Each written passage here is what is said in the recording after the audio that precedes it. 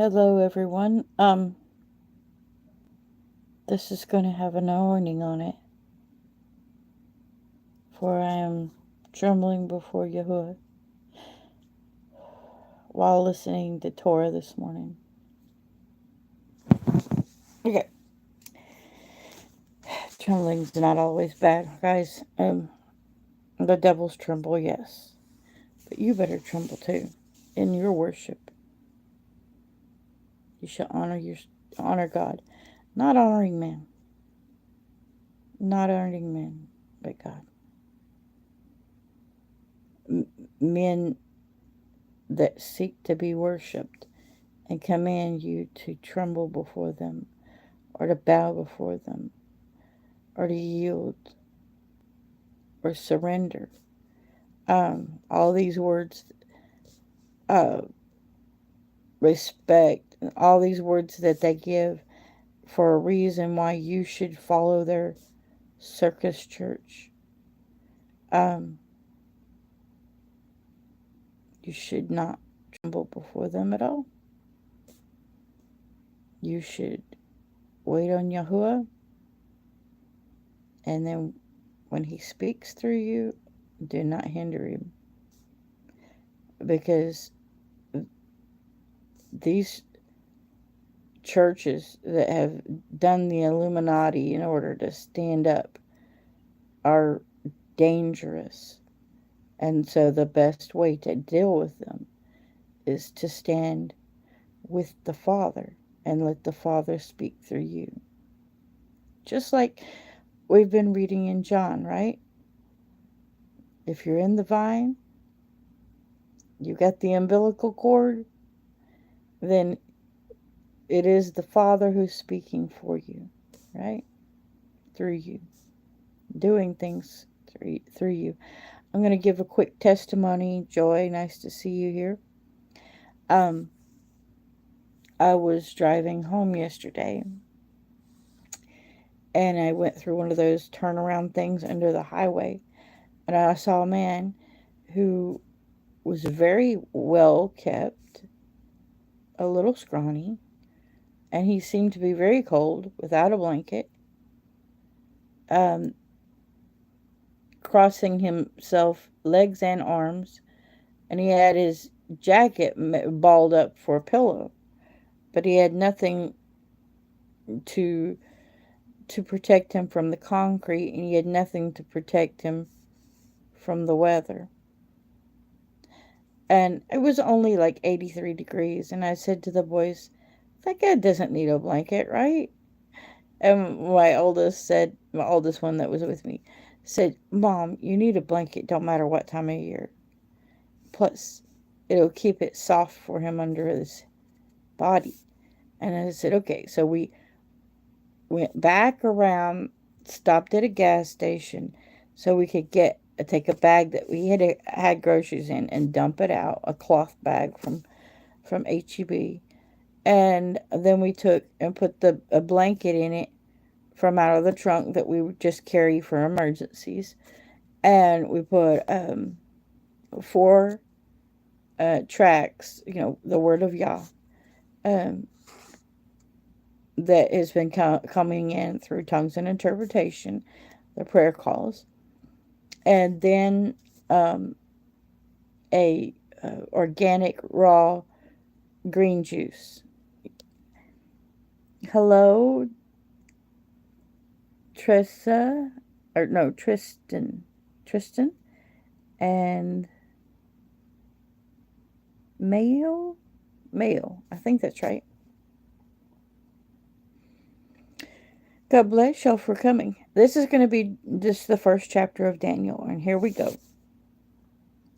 And of course, it's according to the Netzarim version, so hang tight. In the 3rd year of the reign of Yehoiakim,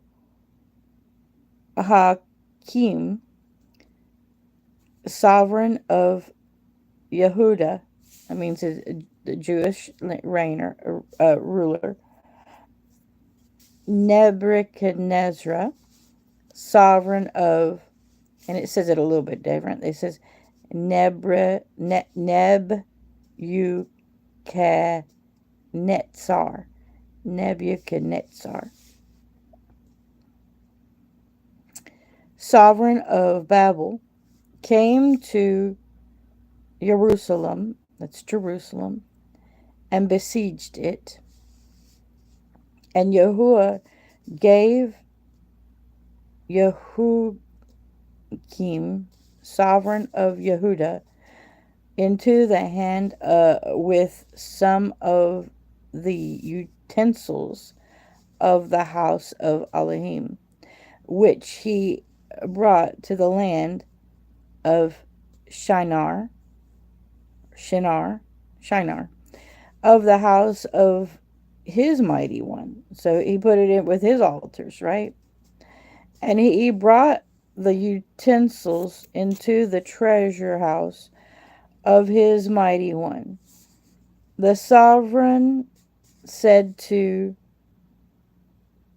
Ashpenaz, the chief of his eunuchs, to bring some of the children of Israel and some of the sovereign's descendants and some of the nobles, young men there was a in whom there is no blemish,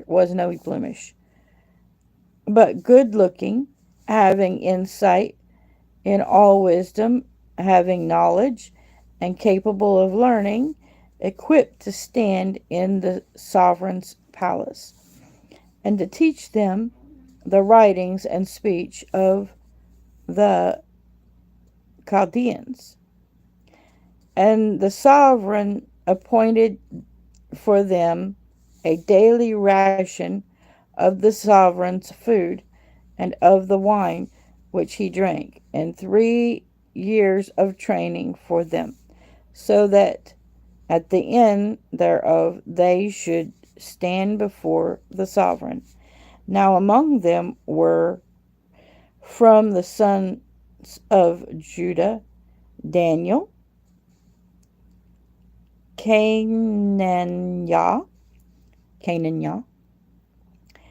Mishael, and Azurah. And the chief of the eunuchs gave them names, for he as called Daniel Belteshazzar,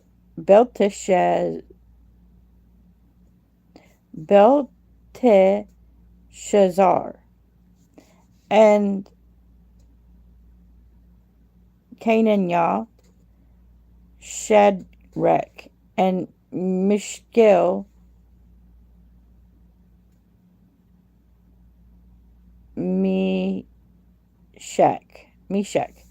and Azorah, Obed-Nego.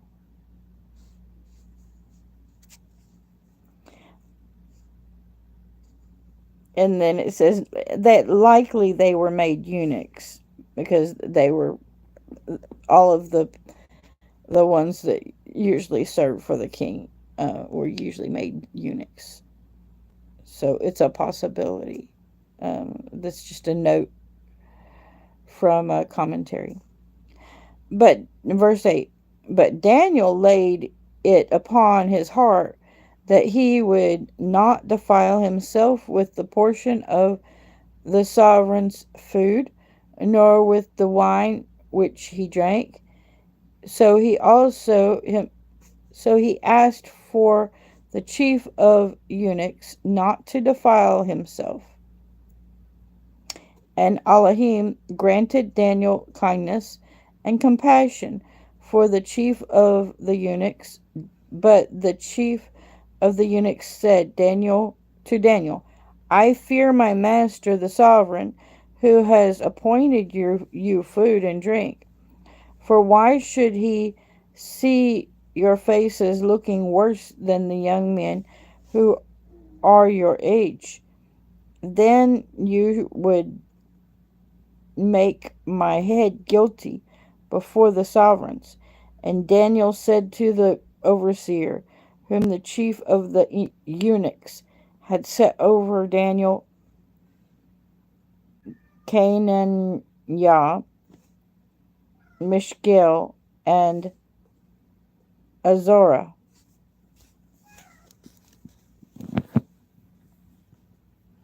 Verse 12. Please try your servants for 10 yomim, 10 days, and let them give us vegetables to eat and water to drink. Then let our appearance be examined before you, and the appearance of the young men who eat the portion of the sovereign's food, and do with your sovereigns as you see fit. And he listened to them in this matter, and tested them 10 yoms. Yomim. So 10 days they ate vegetables and water. We're in captivity right now. So that means that with olive oil, vegetables, and water, that should be our diet also.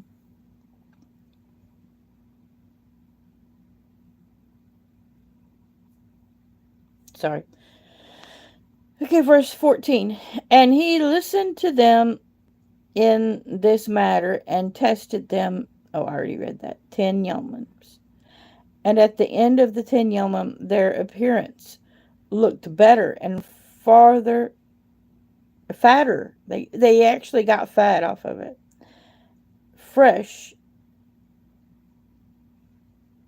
and fresher than all the young men who ate the portion of the sovereign's food. And it came to be that the overseer took away the portion of food and the wine that they were to drink, and gave them vegetables. As for these 4 young men, Elohim gave them knowledge and skill in all learning and wisdom, and Daniel had understanding in all visions and dreams. And at the end of the Yomim, when the sovereign had said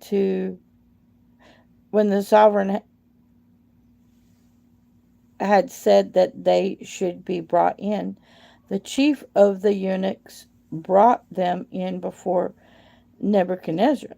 And the sovereign spoke with them, and none among them all were found like Daniel.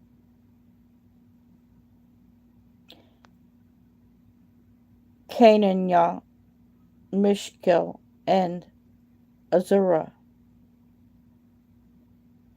So they stood before the sovereign, and in any word of wisdom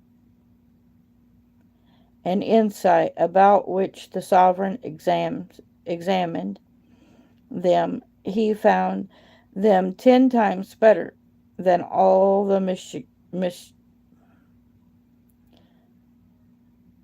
magicians and astrologers who were in all his reign. And Daniel continued until the first year of sovereign Koresh.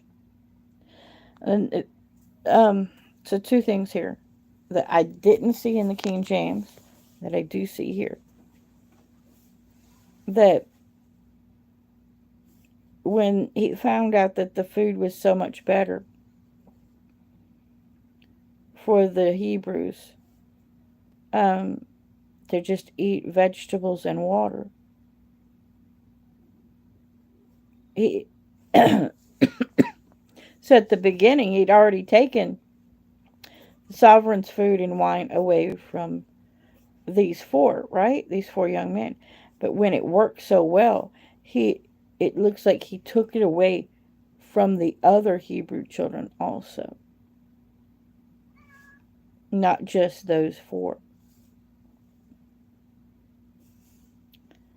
Um, and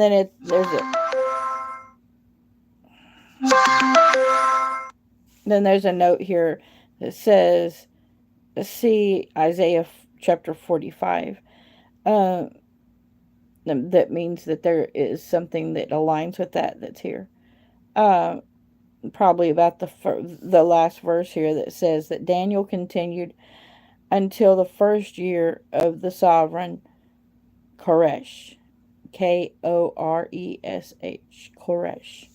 God bless you. I gotta go. But I love y'all and I appreciate you coming on and hearing the word. And hi, Renee, and all your beautiful children. God bless you. I'll come back on for John. Bye.